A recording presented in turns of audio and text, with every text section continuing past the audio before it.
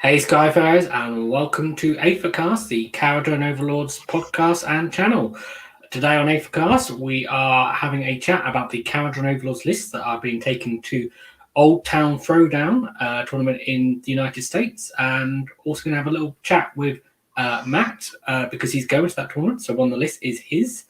But before we do that, we're going to talk about the news and stuff, and we have a little live draw we're going to do for the competition that we had been running. Before we do any of that, let me introduce everyone. He's here all the time. You know him, you love him. He's a guest that wouldn't go away. We haven't used that one for a while. Yeah. Duard and Max Bowman. Welcome, Max. Hello, everyone. Hello from daylight Germany. Not in the night this time. Actually, the lighting situation is a bit better this time. Mm-hmm. And we have our resident tree enthusiast and tree surgeon to the mortal realms, Mr. Matt Barker. Welcome back, Matt. Oh, hello, Lee. How are you doing today? You know, if you had remembered to play my walk-up music that I asked you to queue up, I'd be asking you to play Walking on Sunshine because I'm feeling great and excited to roll dice in person in a week or two, and really excited to talk about these lists. Cool. Mostly mine, but there's a couple other, contenders. Just kidding. Hi to people in the chat as well. JGFU is here. He says it's an early stream today. It is because, Matt, you have places to be. Yeah, I'm going to be going into work today on Saturday. There's actually a gardening club meeting and compost giveaway in my town, and they asked me to be there as the arborist. So I'm gonna get everybody excited about trees now that spring is finally kicking off into full gear. Cool. So you're giving away free shit. Yeah, I'm full. I'm full of it, and now I'm just giving it away. Awesome. So and this is where, so people can meet you later. This is from sunny Southern California in Laguna Beach. Okay, so if you're after some free shit, come on down. If you're in the area, if you don't win this much better competition that we're doing, you can go win get some. We have a second prize drawing here of a trash bin full of compost. Speaking of giving things away, I was out the screen. So if you hopefully remember, we were giving this little giveaway for some Pro Painted stuff that Max got from Pro Painted Studios. And so there was a number of different ways people entered. If you bought dice, then that automatically entered you. If you donated to the show on Ko-Fi, that entered you into the competition. And there was a couple of different episodes of Aethercast that if you commented on them, that entered you as well. So we have all of the names, and we're going to draw one lucky winner. But if you don't win, then but you think this stuff looks cool, then you can buy it from Pro Painted Studios, of course, and you can get 15% off if you use the code Aethercast when you check out, which is cool. So, yep. Max, you have the actual prize there. If you want to show. Yes, everything's here. People might have seen it in action in our battle reports, where I use the tokens and this box. So we have the prize consists of this box. It has the trays ready for tokens. Tokens are not included. You can get those in your color of choice from Pro Painted Studios. What is included, though, if I can find it, is wrong side. Included are these limited edition exclusive Aethercast objective markers. So you can't buy these anywhere else. Ooh. And we have a what is this? A points counter. It's just a normal one from Pro Painted Studios in black, because all my tokens are in black. It fits in here. So that's all included. So there's enough space for the tokens, and there's also then the dice tray beneath. These are just the instructions. There's a cool sticker, magnets, everything's in here. So yeah, good luck to everyone. Cool. Well, let's find out who won then. So I have in here, in my very lovely Aethercast tankard, I have all the names. You can see them. So I'm going to give this a little shake. Drum roll. Don't shake your beer. Yes, there's no beer in here. Don't worry, the names are sorry. And pull out a name. So, Who's the lucky boy or girl, Lee? it is Vincenzo, and I won't do the whole name because I think that's unfair. The surname begins with G. Vincenzo G. So, we'll have to find out whether it was someone that bought dice or whether it was a comment and get in contact with them so we can get your address and send it to you. Yeah, so Vincenzo, if you're watching or watching back, message us or contact us on Facebook group or here on YouTube. Very cool. And you'll also receive the daily Aethercast newsletter. No, I'm just kidding. And we had originally said that we were going to ask the winner to pay for the postage, but I think through the donations and stuff we have, we should be able to cover that. Yep. It's not, so that's cool. So yeah, getting that. Unless Vincenzo, you live like on a remote island in the middle of nowhere where postage costs, I don't know, $200. Yes, as long as you we're fine. We got it covered. Carrier pigeon. Yeah. So yeah, let us know. Let us also know if you order some dice or if you would like to have everything in one package. Yes, because we can do it all together if that's the case. Cool. So that's that done. How about news? I guess the only real news is Soulblight stuff. Yeah, we've seen leaks of most of the war scrolls. I think all of them now. Basically all of the book. Interesting. Yeah. I had my brother-in-law translate the Neferata and the Skeleton War Scroll because he's fluent in Spanish, and he even was just like, "What is this? What does this mean? Phase of heroes? What that?" And I was like, I guess Warhammer is a language all its own that you don't speak. It is. Yeah. There's cool stuff in there. There's stuff that needs an FAQ. There's some that one. What is it? The Rat Prince. No, yeah, the Rat Prince, not even. I think it's the White King command ability because it's until end of hero phase, but it does something in the combat phase, like gives an extra attack. I think reroll ones to hit. Yeah, something like that. Death rattle. So I think that's just a typo. Yeah, it says that you can use it in the hero phase. It lasts to the end of the phase, but it's to reroll ones. So you can reroll ones in the hero phase with skeletons. No, I think there's just minor things. Yeah. Overall, I think it's not the Seraphim book, and it's not a Lumineth book, but it's also not a Slanesh book.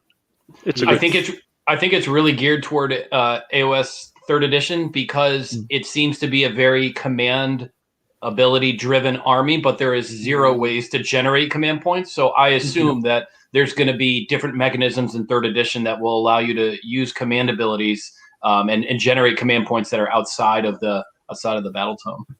Yeah, also there's a lot of options to have like heroes count as a general. So, and the only benefit I see here is for the generic command abilities, so the range is extended. Yeah. So maybe there's something there in AOS 3 where that comes into play. Like they generate 2 command points. I don't know, or they can use 1 for free. Or I don't know. Yeah. Okay, we'll see. So it's a bit early to judge because we don't know AOS 3 rules. But so far in the current environment, I think it's a solid book. It will not break anything. It will struggle against some, and it will do well against others.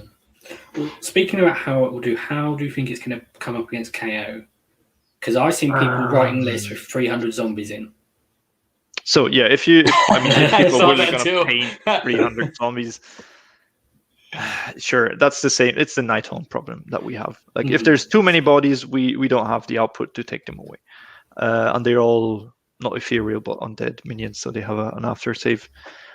But I think KO are fine because once you take out the heroes, which you can currently with shooting, we don't know what the future holds. If there's another minus to hit or like line of sight is blocked by terrain more than it is now. Maybe they're more survivable, but currently I think we're okay. Yeah. Okay. Cool. So before we move on to the lists, Matt, do you want to tell us a little bit about this tournament, the Old Town Throwdown? Yeah, I do. I'm very excited to actually roll dice in person. This is a new gaming group that I've engaged with since I recently moved to Southern California from the Washington, D.C. metro area. Happy to find a very friendly, warm, and welcoming group. They host regular events. They're competitively minded, but still really a great group of guys. So they're all really active on the ITC, which is sort of I guess it is international, but mostly based in America, the sort of the competitive rankings ladder in America, traditionally really embraced by the West Coast and the East Coast and the Great Lakes states and everything. Texas and the Midwest kind of have their own thing going on. But so really excited to play in this event. It's being held in Temecula, California, which is just outside of San Diego, or some people call it San Diego. Just kidding. That was a bad reference to Anchorman. All right, so they have a couple of interesting things in this pack. So round 5 is actually a complete mystery. The fog of war has befallen the area, and round 5's mission and realmscape feature and the realm that you're playing in is completely hidden until the conclusion of round 4. So that's kind of a really fun, cool little thing that I haven't seen in other competitive events. By the way, this is going to be a 30-person tournament, so it will be a GT in the eyes of the ITC. And they actually did something really interesting for the faction terrain. So what they decided to do was to specifically state how each faction terrain will be placed. So for instance, just as an example here, we'll look at the Awakened Wildwoods for Sylvaneth. So just going to read this. So when placing a wildwood after removing a terrain piece, the wildwood must be placed more than 1 inch from enemy territory, 1 inch from objectives, and 3 inch from terrain. So if you're setting up 4 or more trees, or the old base of the wildwood, then you replace a large terrain piece that's already on the table.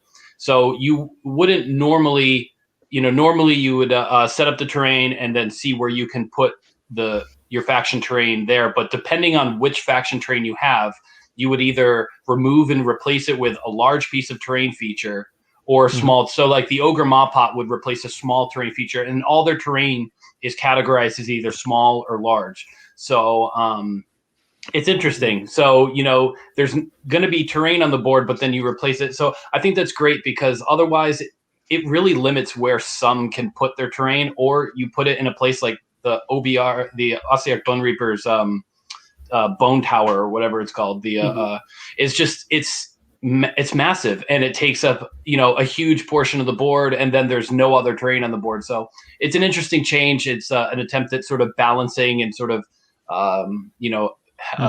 getting everything more spaced out and even. So streamlined, if you will. So excited to see how it works. It definitely stops stupid IDK boats blocking you off from the battle plan. Yeah, absolutely. Because the IDK one specifically, which was the biggest point of contention, and there is an Idoneth Deepkin player there that is very good. You can, if you're doing the 2 boats, then you have to replace 2 large terrain features. If you're doing 1 boat, it's 1 large, or if you're splitting them in half, it's 2 small terrain features. So I assume when you replace a terrain feature, you have to put it where that terrain feature was. You can't just take it off one side of the board and then put it down on the other side. Exactly. Yeah, it's right where the other terrain feature was. So it's not as if you can stick it in some odd place and totally bone your opponent. No, that's good. That's kind of what the Honest Wargamer Rob and Vince Venturella discussed in the last Warhammer Weekly episode about terrain. I think it's a cool thing. Do you know if currently, the terrain, is there going to be a lot of terrain, or is it rather sparsely? So I've only played at one other RTT, one other 3-round 1-dayer with this group. It was a lot of fun, and the terrain was pretty good. They had a decent mix of terrain types, and it certainly wasn't sparse. it wasn't as terrained as some tables. I usually play with a lot of terrain on the board, maybe even too much, but to my own disadvantage. But no, it was what I'd say is a really solid amount of terrain on the board. Okay, cool. And a good mix of area and line of sight blocking too. So yeah, it's nice to have a mixture because it's very easy sometimes for TOs to think, oh, I'm going to theme this board, and it just ends up all Azerite ruins, and it's just like, it is desert. Yeah, it's like one terrain. Yeah. Right, and like even a forest board, even if with wild or whatever, it doesn't really bother KO because we all fly anyway. So yeah. Although I'd say this rule that you have at this tournament might be kind of a nerf to Sylvaneth, because they actually want to flood the spaces in between terrain with more terrain and woods, but I guess it doesn't count for the summoned woods. No. They can still summon. It's just the first one they put down. It's just the first one they put down, and then any other summon board. Even the same thing with the Nurgle Feculent Gnarl Maw, and it's specifically just basically in the pack. It just restates those rules. There is one Sylvaneth player, and he's playing Harvest Moon, and I actually played him in the last RTT. It was a great game. He's a great guy, it was. Everybody was saying like, "Wow, okay, so you're gonna just nerf Sylvaneth even more." Like the poor guy. and do you have like, even if the terrain rule says it's going to be set up after armies are down, do you still need to replace the terrain before? For example, I'm talking about Fire Slayers with the little pizza oven. It needs to go down within 6 of the priest. Well, here, let me see. For example, if I'm putting everyone near this little terrain piece or medium terrain piece, because it's a small faction terrain piece. Do I then need to remove all my models from cover where I just put them in, remove this little hut or wood or whatever it was, a ruin, and put down my... Interesting. So it's a bit, I don't know. So here's what it says, and I'm not like super knowledgeable on how the terrain feature for the Fire Slayers works, but here's what it says: the Magmic Battleforge is placed after armies are set up and must be placed more than 6 inches of a friendly Fire Slayer's priest and more than 1 inch from objectives and 3 inches from terrain. There's a little typo there because it must be placed more than wholly within. Oh, so it must be placed wholly within your territory, and then more than 6 inches from. So that's the normal rules then. Okay. So they don't differently for each terrain piece. Because it's a small terrain piece. I don't know. To remove a whole medium-sized ruin for that little oven. Yeah. So it's every terrain feature they went through and sort of fairly and competitively. Yeah, exactly. So it's an interesting. It's an attempt at streamlining, and this whole GT is made up of just people from within our. I say our, like I've been a part of this forever, but like within our gaming group here. So it's not like, there's outsiders who are going to come in and complain. Everybody knew what was going on, and they actually, solicited feedback from everybody, the TO. So cool. That's a cool thing. I might even copy that shamelessly for my next tournament, whenever that will happen. The pack is up on oldtownthrowdown.com right now. And then if you're a Best Coast Pairings subscriber, you can follow along with the action all day long, and see me steadily fall down the the table numbers. Okay, so you mentioned that the 5th game you don't know the battle plan, which implies you do know the battle plans, the other battle plans. What are those? All right, let's see here. Just scrolling through the pack. All right, so round 1 is Blade's Edge in the realm of Akshi, Fireland. Round 2 is Scorched Earth in the realm of Gairan, realm of Life. Round 3 is Battle for the Pass in Gur, the realm of Beasts. And then round 4, Forcing the Hand in the realm of Shaman, the realm of Metal. Okay, so there's quite a lot with quite a lot of the ones with lots of objectives. Yep. Yes, which is great, and that's why I was originally gonna just go with only the Ironclad and not the gun hauler, but I decided I needed, when I saw Scorched Earth and Battle for the Pass and I was like, I need something else that can fly high. I can't just go in with one. Mhm. Cool. Right, so let's have a look at some of the lists. There's only 3, so it will be a relatively short show. I say that now. Don't say that. Say that now. We haven't gone on a tangent yet. So the first Oh list no. What? Oh no, sorry, my video froze. I thought I got booted. I don't know if Oh, okay. No, you're still here. I thought there was a massive mistake in the list or something. No. I was like, oh no, I got booted. I got to reboot and everything. No, but it's all good. It's probably just going to catch up. My internet sucks. Okay. So the first list is from Scott Adams. It's a custom Skyport list named Furtenheim Skyfleet. I don't know a motto as well. What was the motto? I can't remember what it was. Oh, no port to call their own. Okay. So, and because it's a custom Skyport, so you can choose your artifact, amendment, and footnote. So the artifact is Settle the Grudges. So basically, picks 3 units to reroll ones against. He has the amendment where you get the extra gold, which is D3 units. Yep. Yes. And the footnote is the one where you get to heal a boat D3 at any time. Yes, once per game. So 9 drops, 119 wounds, so quite high. Okay, exactly 2,000 points. Endrin, Master of Dirigible Suit. He's the general. With the command trait is tough as old boots, so extra wounds, and phosphorite bomblets, and the navigator with the flare pistol. 4 units of 10 Arcanauts. 2 units of 3 Endrinriggers, both with a volley gun and drill cannon, and then a gun hauler with a sky cannon and spar torpedo. 2 frigates with heavy sky cannons, and an ironclad with the great sky cannon and last word and iron sky attack squadron. So a lot of battle line there. It's my first thought. Yeah.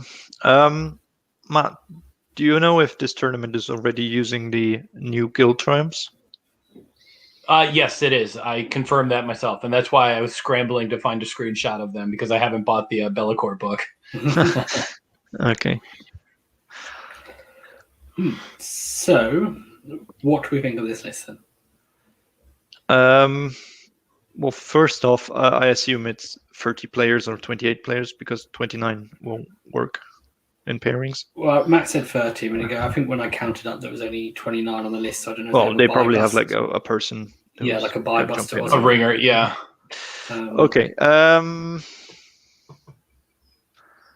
Yeah, maybe a lot of Arcanauts. I knew that's what you were going to say. First thing you notice, but then what else are you going to do? Yeah, maybe take a chemist instead. But I don't think it's a bad list. No, it's interesting that he's taking this in a custom Skyport.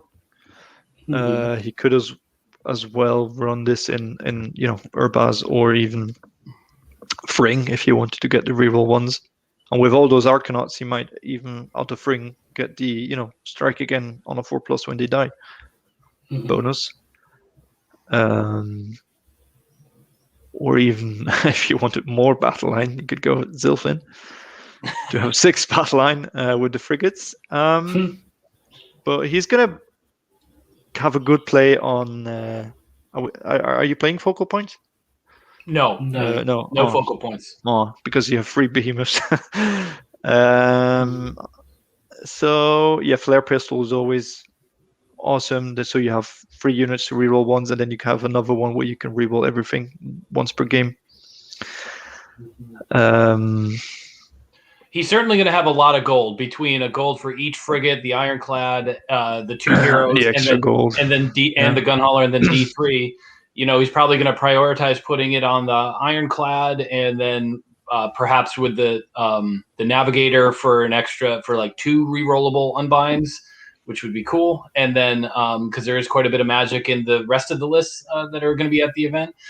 I've never been a huge fan of 3-man units of engine riggers. I know other people are way smarter than me and better at this game, and I just can actually use them. I can never seem to really see the, I don't want to say the value, but how you could. They're screens for your boat, basically. Yeah. Within 6, 3 man, they do some shooting, or you keep them close, so you have like 1 or 2 wounds that you heal up in the hero phase.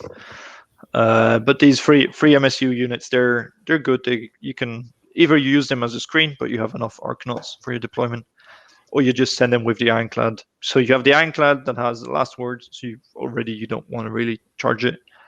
And then maybe you have some engine riggers, so you block people off. They're fast. Yeah, they can fly 12. They can fly 12 inches and grab an unguarded objective or charge something. They have a 36-inch threat range too, with 2 drill cannons and 2 volley guns. They can, maybe take out, if you're lucky, a hero. The frigates with the Iron Sky Attack Squadron, they can bring Arcanauts onto objectives. I don't think it's a bad list.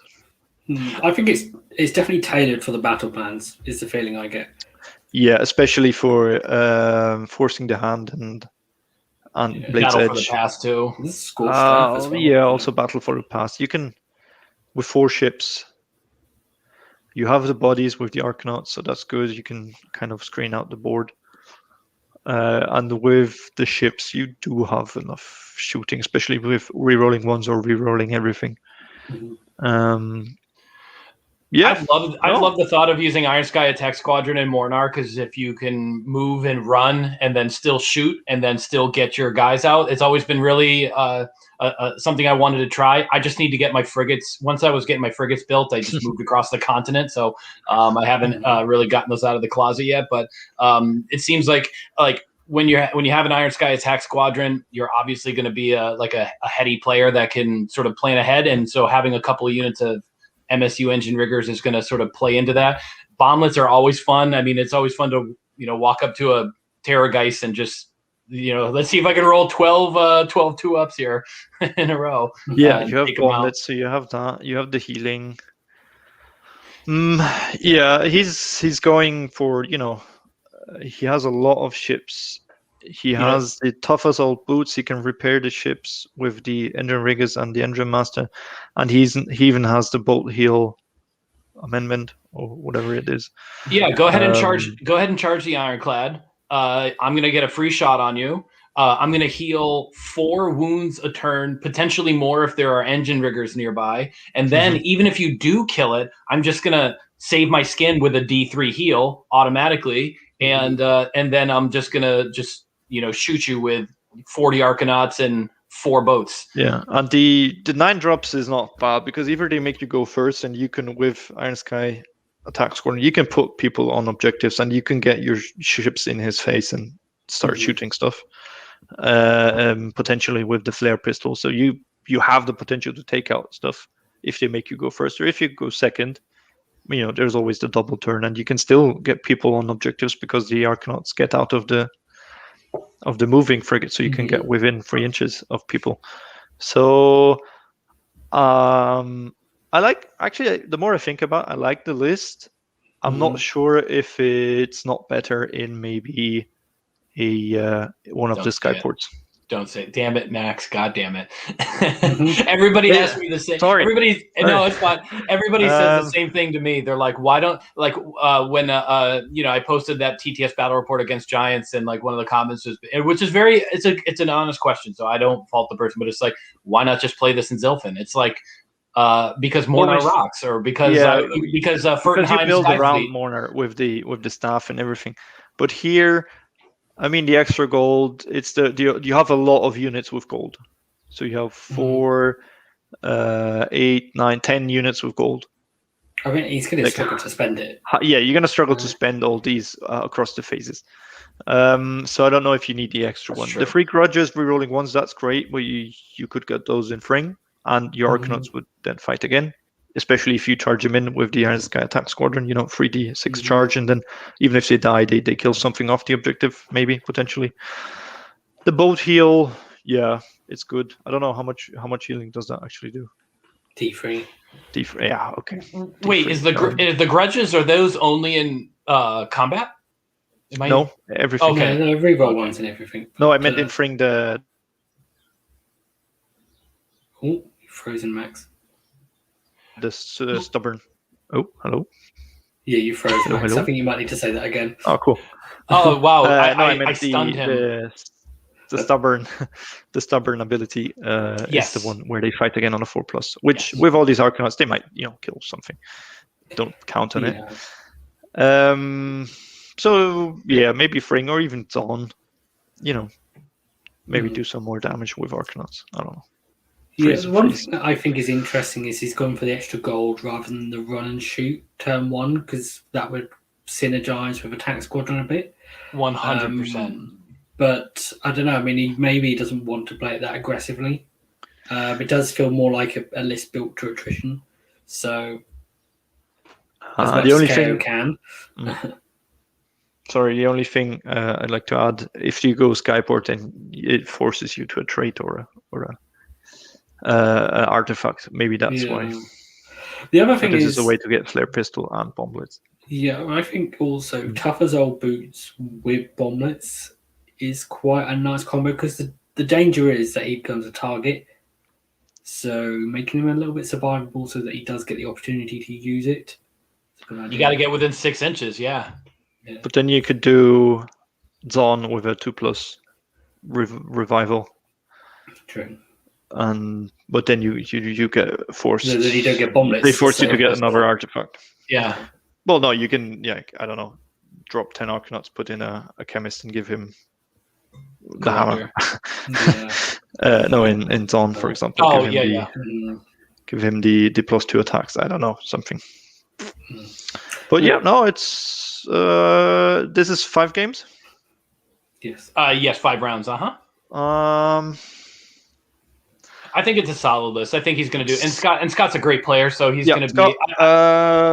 I'm sure he's tested the list, and he's gonna. He knows his list and how to play it. Yeah, I have no idea about the meta in your area. I don't know how Americans play, but I'm gonna say you got this 4-1. Mm-hmm. Yeah, the other thing is having that extra tough as old boots on the Entry Master. If that 5th game where you don't know what the battle plan is, if that turns out to be places of arcane power, that could be quite helpful. That could be quite helpful. I kept joking with the TO that it's going to be that I know it's going to be better part of Valor. I just know it because I hate that mission and I rail against it every time. And he always puts it in the pack, and I feel like he's just trolling me. And now he's just hidden it, and he's going to reveal it. God, I hate that mission. Cool. This actually wouldn't do too bad on better part of Valor. No, it'd be quite good on better. It's a list built for missions with lots of objectives. So, 100%. Yes. Yeah. Yes. So Scorched Earth. So he's gonna rule on Scorched Earth. He's gonna do quite well on forcing the hand, where you have to might have to reposition your army really quickly. Blade's Edge, it might be kind of a scrap in the middle. That's where I could probably see Blade's Edge. He can take all 6 and I know, yeah. Then go from there. Yeah, I think there will be potentially some matchups that could be difficult for him, because if you've got Arcanauts on objectives, they can be relatively survivable with a 4-up re-rolling, but there's plenty of stuff that can come across. Yeah, it doesn't take a dedicated hammer to kill them, does it? You get Arcanauts in 4 different places. Yeah. Well, that's the thing, though, is because he can only re-roll with 1. So I think if opponents twig to that and just try and get as much stuff into combat quickly, then he's going to have stuff not re-rolling his saves, and that's okay. Arcanauts are not there to they score once or twice, they block people, and then he goes in behind with the ship and blows them off. Mm-hmm. So I think it will be matchup dependent, but no, I think he could do fairly well with this. So he certainly built his list around the pack for sure. Yeah. Which is what smart players do. Yeah, definitely. Okay, so let's move on to the next list, which is from Josh Rodriguez. So this is Barak Zilfin, 4 drops, 120 wounds, and 2,000 points on the nose again. So a I assume there's nothing in the pack to say that you're not using the Triumphs or anything? Nope, Triumphs are being used. So yeah, neither of these guys interested in getting, an extra Triumph. It's interesting. So he has 2 chemists. One is the general with Collector, Spell in the Bottle, and the other chemist has emergency vent plates. Then he has an Endrin Master on foot with the Staff of Ocular Optimization because he's Ilfin, so one of his heroes has to have that. A unit of 20 Arcanauts, and then a unit of 10. A frigate with Malefic Sky Mines, 6 Endrin Riggers with 2 Skyhooks, and then 15 Thunderers with the special weapons. But he's only got 2 of each, except for the Mortar, where he's got one Mortar, obviously. So he's sort of gone with the special weapons, but not as many as he could have done. And then an Ironclad with the Buoyancy Aid, Iron Sky Command, and Warp Lightning Vortex. So, how do we feel about this? I like it. I like the unit of 15 Arcanauts with a chemist. I've used that quite a bit in other lists that I've played. Yes, I'm sorry. 15 Thunderers with the chemist, and with the vent plates too. If you know you're going to get shot up, you're going to be at least -1 to hit from shooting. If you get charged, you'll be -2. I like that combo. I've used it with the run and shoot ability in Mhornar. Obviously not here in Zilfin, but he can get up the field with an automatic 10-inch move with 30 wounds plus a hero on an objective, and then get ready to sort of defend yourself for a counter charge. So I really like that. He's using the buoyancy aid, so he can, which is nice. He can either put the 20 Arcanauts and the heroes in the boat and move around and redeploy 20 bodies, or he can put the Thunderers in the boat if he wanted to. Whatever matchup dependent. So I like that. The riggers or whatever, they're required. 2 Skyhooks is nice. Maybe a couple of pokes with 6 damage going through. I will say I'm very jealous of Skyports that can use Collector and get 3 artifacts. Mhornar, you can't get around having the command trait, so I'm very jealous of being able to take Collector. It fits great here. And Kron has just joined us. Oh, he dropped in from the skies. Hello. Hi, Kron. Good morning. How are you? Leighton, fly high. Good evening. How the tables have tabled. Yeah. My, All the how the turntables. turntables. So, well, I think you're just in time, Kron, because we're talking about a list with Collector. I'm Barak Zilfin. All right. Yeah. So, I'm liking everything I'm seeing so far. What have we got? Chemist, merged vent plates, Octopus. I mean, that is how you. Oh no, wait, no. Okay, never mind. He's seen the 2 Ether cannons instead of. I saw 2 Ether chemists, Endrin Master with Endrin Harness. Damn it. Okay. No. I think. I've said it before. Buoyancy 8 for 15 Thunder is just it feels bad to spend that. Yeah, it does. Or again, Thunders, you could have gone with more cannons. Maybe this is what he has built. So I was just going to say it might be something just model dependent, right? Yep. Because this tournament is requiring fully painted and based, and there's actually a stipulation in the pack that all models must be based across the army similarly. So you can't. There's no borrow hammer, right? Right. Okay. Oh yeah. Well, then you have 6 Endrin rigs with 2 Skyhooks. I don't know. It feels like a half-cooked solution. Either you add 2 volley guns, or you go 1 Skyhook and do more a melee loadout, in my opinion. I mean, it's still, when you charge these guys, you're going to still have 5 sword attacks coming back at you. But I don't know, it's 2 Skyhooks. Maybe I would have added a couple of more. I feel like this list is going to be amazing in 3rd edition if the stand and shoot command ability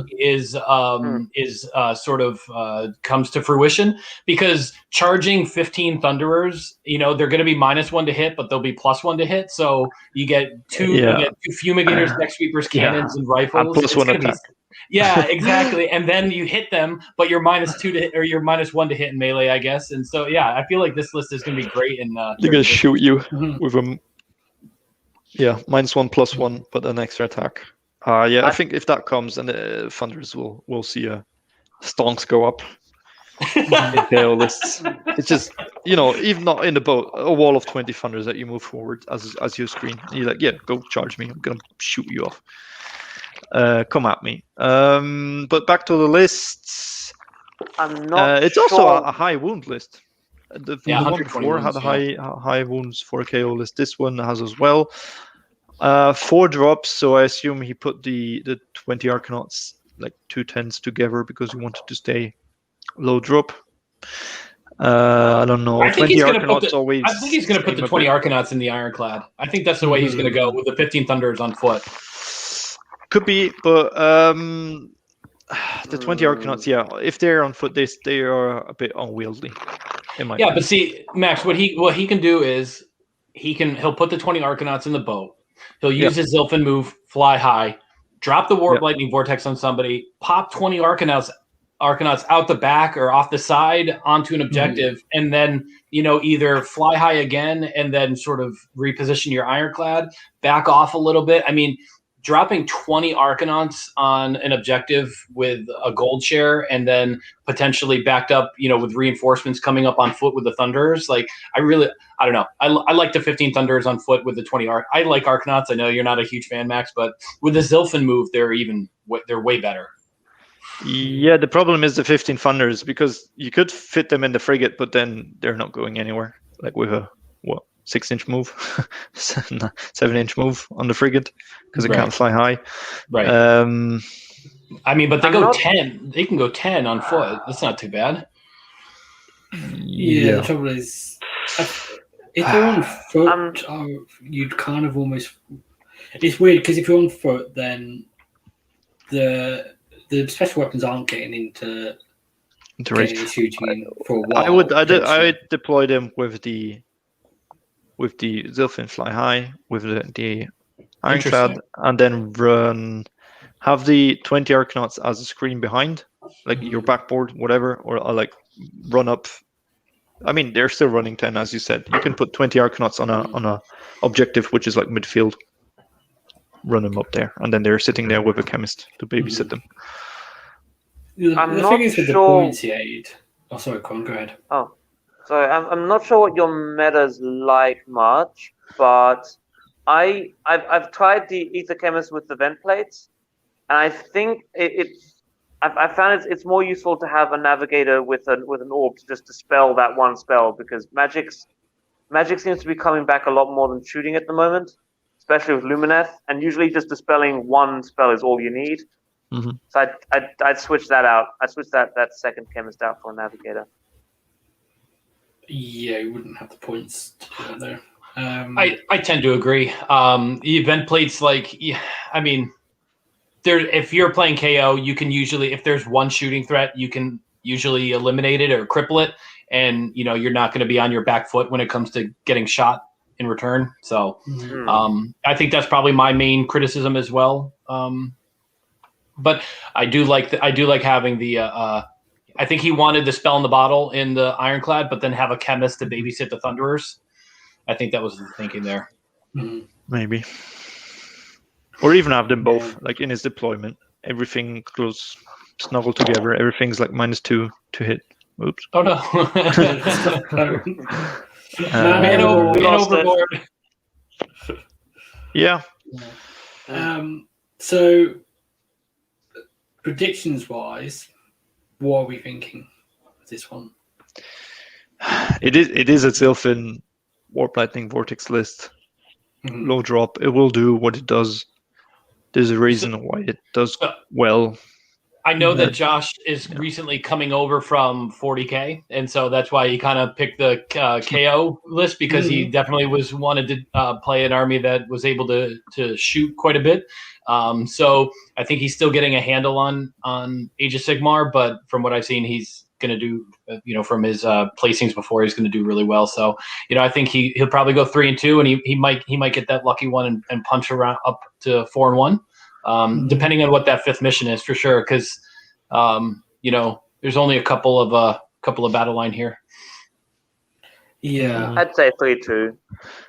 Yeah, 3-2 is achievable, and then maybe more.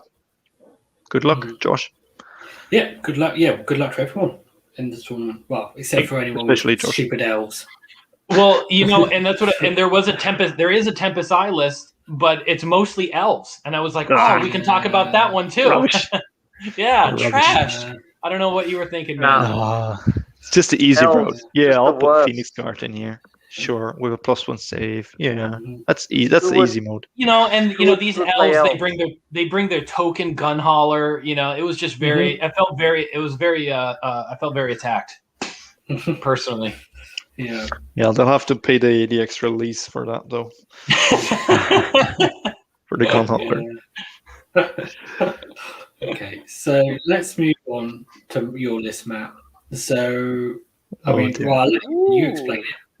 Okay, so it's no surprise to anybody that I'm playing Barak Mhornar. I love the Skyport, both on the table and in the books, the lore. And I refuse to play anything else.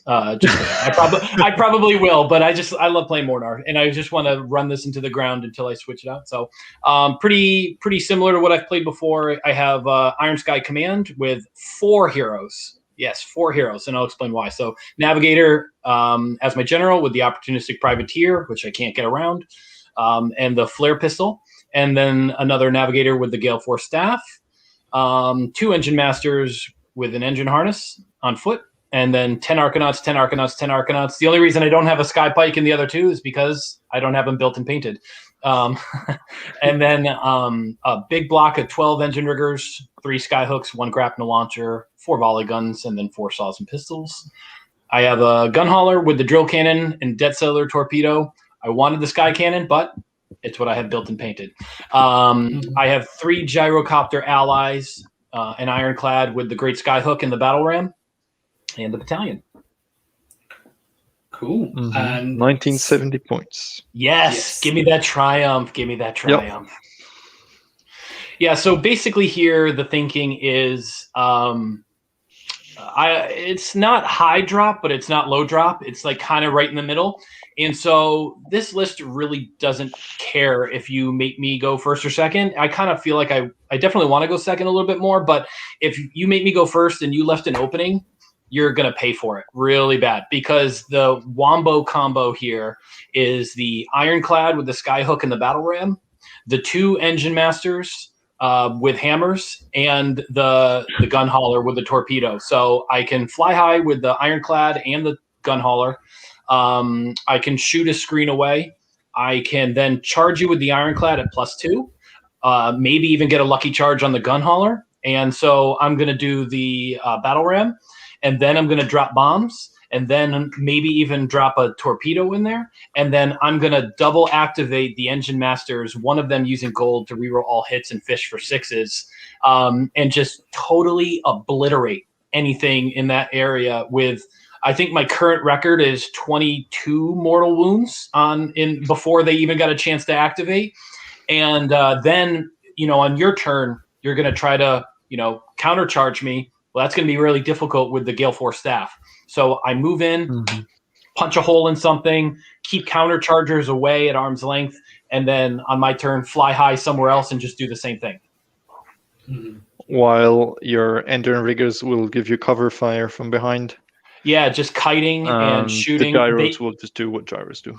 Yeah, gyros, if they have a target, they're going to go make a beeline for it. If not, they're just going to run onto an objective and fly around it and then drop bombs on something at some point. There's a couple of great players that are running Seraphon in this list, and one of them has 100. One of them has 110 skinks in the list. So the gyrocopters, if I get up to the top tables, it's going to be pretty sweet. And the Engine Riggers with a gold are with all Skyhooks and volley guns are just ace. And then with a triumph, hopefully, and the flare pistol, that's either 3 turns of full rerolls on the hits or 1 turn of just reroll all hits, reroll all wounds, and just and for Mhornar can run and shoot first turn. So I have essentially a 42-inch threat range. So try to hide something from all those Engine Riggers. Yeah, take out the skink heroes, blow them up with the skinks with the gyrocopters, because 16-inch and then 8-inch. Unfortunately, they cannot run and shoot, but still, they're just solid. free So one gyros for time- 180. It's just It's so good. And then I played a skink list on TTS a while ago, or a Seraphon list with Tuslan and Croak, somebody in my gaming group, and he had screened Croak with his guard, but I just flew the Ironclad over, charged the Ironclad into the guard, blew them up with the battle ram, and then piled into Croak with the 2 hammers, and then boom, gone. Yep. No, the Endrin Master in Ironclad with Battle Ram combo is a solid one. Having 2 of them, even better. I have a list with 3 of them. I wonder if you could take anything else for the second Endrin Master. I know that's my conundrum. 130 points. I could take a second. You can take a gun holder, yeah. I like having that triumph though. Yeah, I see that. What I would do with this, Endrin Master has hit well, but what you could do is replace both of your Endrin Masters with. Oh no, you couldn't. Don't worry about it. No, Don't worry about it. No. No, you could put in an Endrin Master with suit. I just want cogs. This list wants cogs. I know. Tell me about it. Tell me about it. That's That's the next phase. But then I either need a second battalion or give up the flare pistol. I mean, if I can keep it at 1970 and still have or even 1960 and have a nearly guaranteed triumph, then I would do it. But if I'm going above, those engine riggers crave rerolls, and that rerolls are the most effective way to counter against debuff to hit shooting. Yeah, you could debate a chemist to babysit them to get reroll. Especially with the new, because the new. Because you can do it out of the boat now. Yes, the new triumph, because that also extends the range on it for a turn when he uses that. Can you use the gold to use your etheric augmentation from the boat to a unit that's outside the boat? I thought it had to be from... No, boat inside boat. What Lee means is that now if he uses the gold to do it, he could use it within 18 instead of 12. Oh, I got you. So you. even if the Endrin riggers had already moved up in the previous turn, he might still be within range to do it a second time. Gotcha. Yeah, Gotcha. so you could use a chemist as like a platform to give you cogs and to give them reroll 1s to wound every turn. Yeah. No, I wouldn't even take the cogs. Do you need opportunistic privateers? Yeah, you have to take it. You have to take it. Yeah. On any hero. On any hero?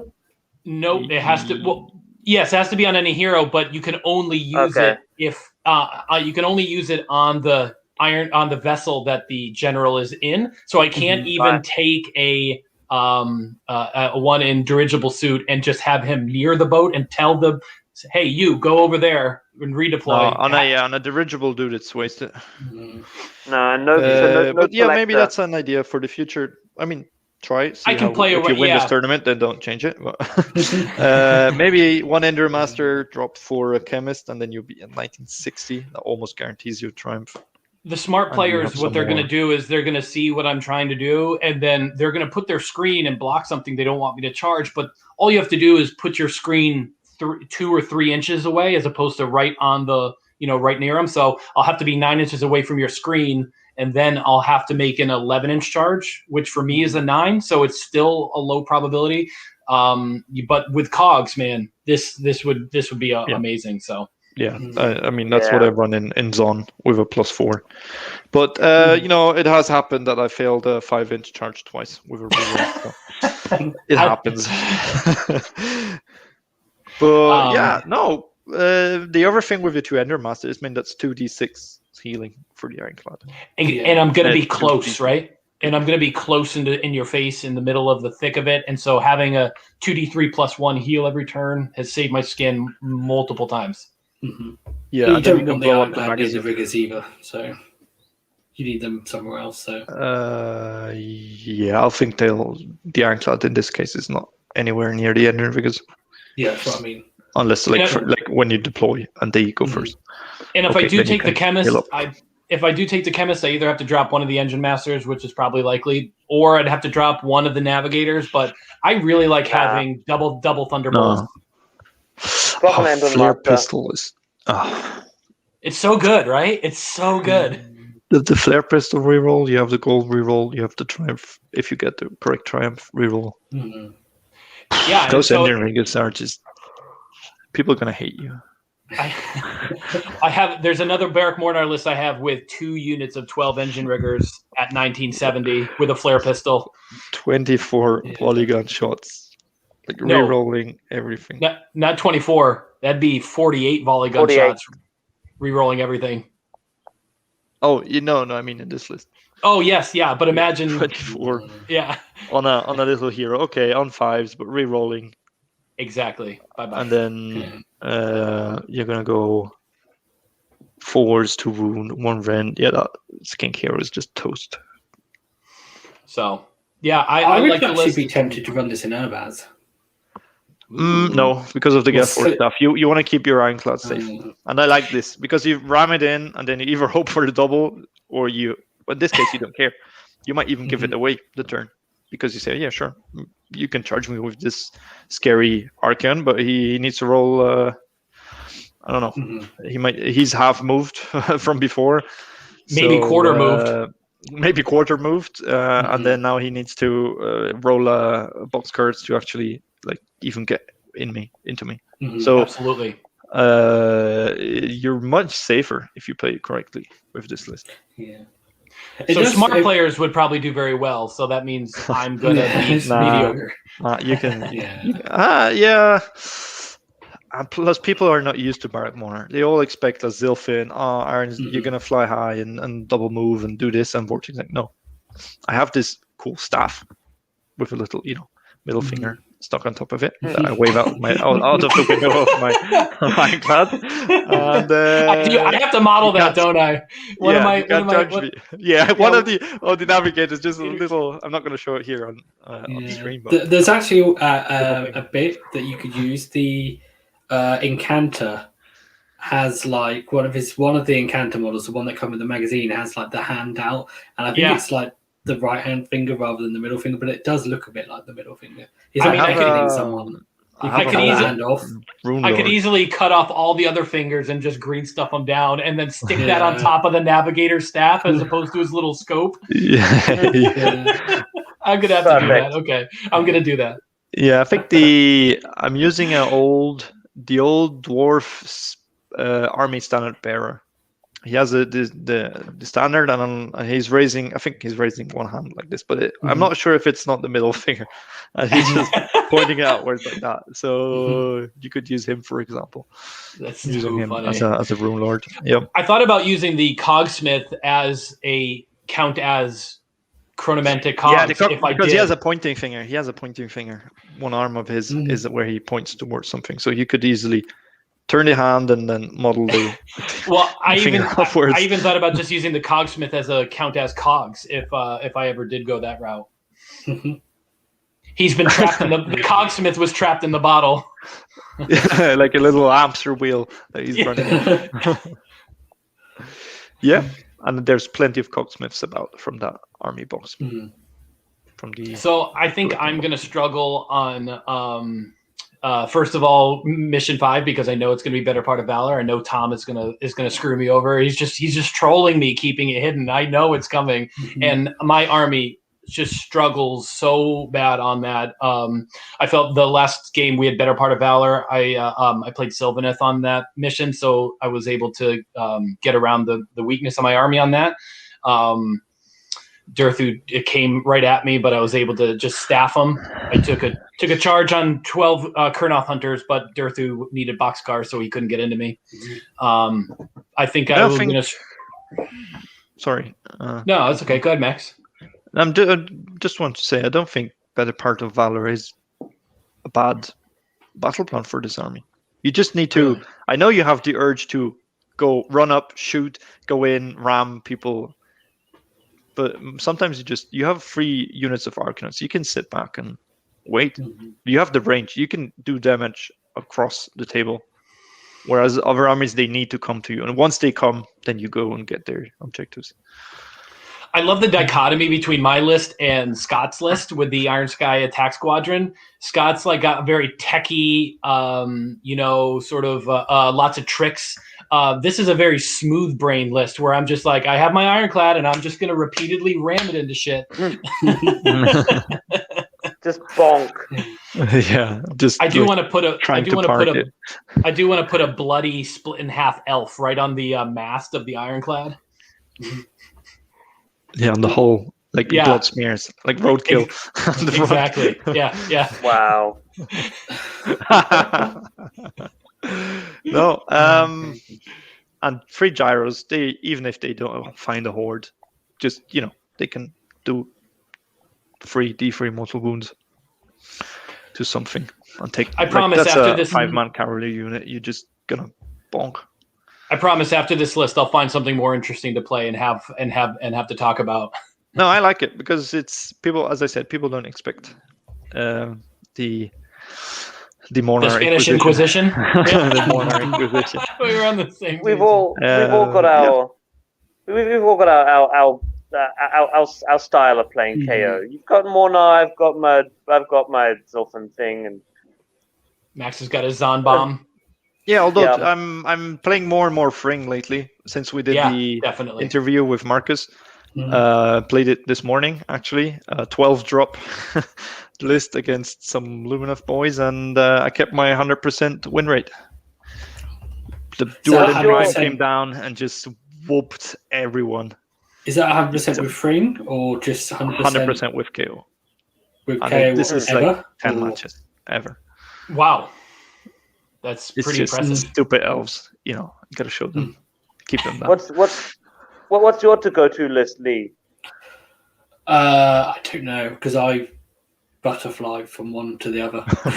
He's building like demon rifts and Crazy modeling stuff all the time. vortexes, and now he wants to use Yeah, both. well now I've built my warp lightning vortex conversion. I saw that. Don't have to borrow a mates anymore, so I will have to play that a few times at least. Yes. Sounds like Zolfin to me. Yeah, but I don't Yeah, know. There's, probably. I mean, I don't have anything for playing Fring. I don't have the half guard and stuff, so that just rules that out completely. Last time yeah. I played Urbaz, but it was okay. But I like to try and do Zilfin. The trouble is everyone does Zilfin, don't they? Well, not everyone, but you know what I mean. It's Nah. like that's Everyone what does it everyone in the expects. beginning. Like everyone starts with that maybe for 2 or 3 So- games, and then they move on. I don't know. Yeah. I mean, Yeah, most people just, everyone just moves on. I might Alright. end up just playing a custom Skyport list. I think That's cool. the one when we did the show because you get a little bit of everything Yeah, and it works quite well. So it does. good for it. It's cool. If you want to, want to be a special snowflake. Yeah, basically. You hear that? But, you hear that, Scott? yeah. You hear that, Scott? Dord Max just called you a special snowflake. No, but I said Scott's gonna go 4-1. So Yeah. I'm not. Yeah. I haven't said yet what you're gonna achieve in this tournament. So Oh please! Oh, don't put that evil on me, Ricky Bobby. Don't put that evil on me, Ricky Bobby. Yeah. But since we're talking about it, Yeah. dear Matt, with 6 drops. So would you go if you Max, if you were forced to go first with this list? Because this list definitely wants to go second, but I feel like I can go first. How would you play it if you were forced to go first? But obviously depends against what. But That's true. Yeah, Would you go battle all plan. in with the Ironclad and what if you get double turned and your Ironclad is I guess they No. if not all in. I'd go like to a side, shoot something off, but maybe don't ram it in. Because as I said, if someone comes after it, who cares? Gale Force staff. They're not. They're like if you play it right with the movement they have and then the charge air range they have, you're feeling pretty safe, especially if you can half move other flying threats, like a Morathi or a Archeon or something.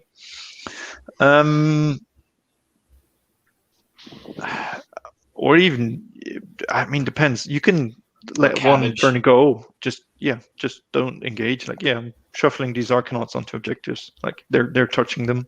I'm scoring. Your turn. Go ahead. The engine riggers can reach out and poke something from pretty far away. I can maybe get a They 6 can. damage, Yeah. like 6 damage shot from the Ironclad. Drill cannon or 36 inches. You can do that. You can, just shoot a what unit or like take out the hero, a buff unit or something, or one scoring unit, and then hand over. Sure. Run the gyros up to an objective. Just even as a screen. Here, 180 points. Ignore them, they're going to do some damage, or don't ignore them. Okay, you wasted your output on free gyrocopters. I say that I can do that. I say I can do that, and then I'm going to get first turn in the first game, and then it'll be like, cool, Ironclad, boom! Let's go! Thundercats, let's go! They fail your charge as well. They fail your charge, and you're like in the middle of the battlefield. We're looking forward to see what happens. No, I think I don't know who you're playing against. I don't know what the meta is, but I think potential is there for 4-1, even a 5-0. Because Matt, you know all the tricks. You've listened to all our shows, haven't you? Yes, I have. So don't disappoint. It'll be interesting to see how much use you get out of the gyrocopters, because they could either be extremely useful or you not do a huge amount.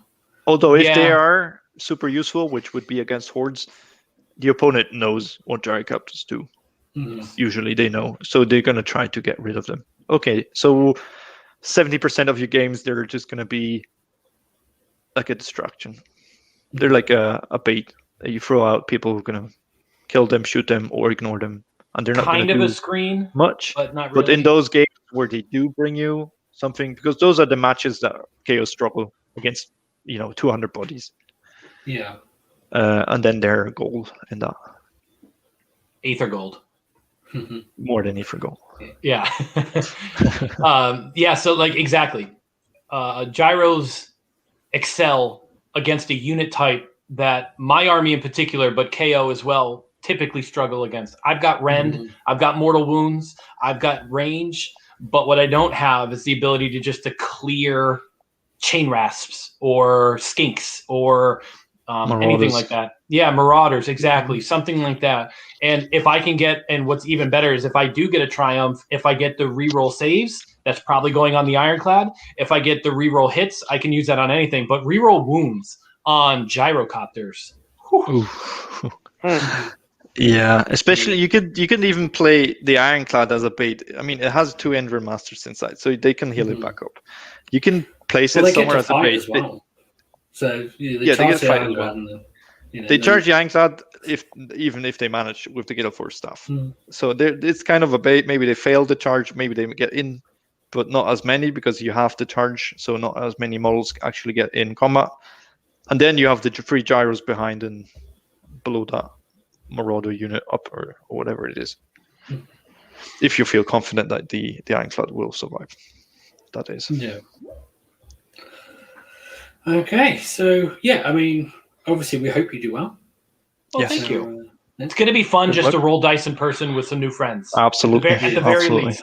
Yeah, but I don't know if the Guild Force staff makes friends, but and then coming up here on the competitive event horizon in Southern California, we've got Old Town Throwdown is going to be a series. So there's going to be an ITC major, which is going to be 40 players, and that's going to be in August. And then on my birthday weekend, there's going to be the SoCal Open, which is just going to be so much fun. And that's going to be down in the San Diego area as well. And and then right around the corner after that is the Las Vegas Open in January. So really looking forward to I'm going after the top ranked Kharadron Overlords best in faction for ITC this year. Nice. I'd like to match my overall ranking of 18 or top 20 from last year when I played Nurgle, and we'll see how that goes. Maybe if I've got KO all locked up, I'll switch over to Nurgle and try to get both. Both best of factions. Yeah, that would be pretty good if you could get both, yeah. And I don't Okay. believe there's a Nurgle list in this event, which maybe there is because that's a matchup that clearly especially with Nurgle demons being so prevalent right now, they're so good, so good against KO. Yeah, It's but you know funny all the 'cause secrets. So Nurgle would be quite well placed in this particular tournament with the pack, I would have thought. So it's interesting that no one's taken it. well, maybe. Oh, people there's don't. Gabe. There's Gabe in the chat, and his list is one that I'm worried a lot about. Oh, there you go. He mentioned. Yeah, William's got Blight King spam. That's right. That's something I'm not. Nurgle then.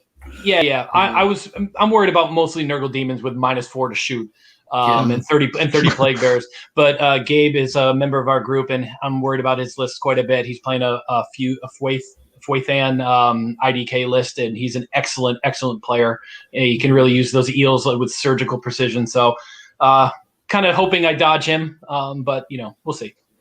Just ram him. Yeah, I was gonna say I'll have eel bits splattered across the front of my ironclad. Scales. Start smelling in the sun. Yep. Right, well, No, good luck. Yeah, good luck, Matt, and good luck to Scott and Josh as well. We hope that all the KO players do well. It'd be nice to have a KO final. That would be awesome. Podium is just top 3 KO players, Yeah. But no, I think it would be nice to see how you do. I think all these lists can do well. So see what happens. See if you get the good matchups and stuff. Interested to find out what that 5th battle plan will be as well. Like I said, if you're a subscriber to Best Coast Pairings, it's only only $5 a month, and it's worth its weight because you can see the list, every list across the world for every tournament going back years.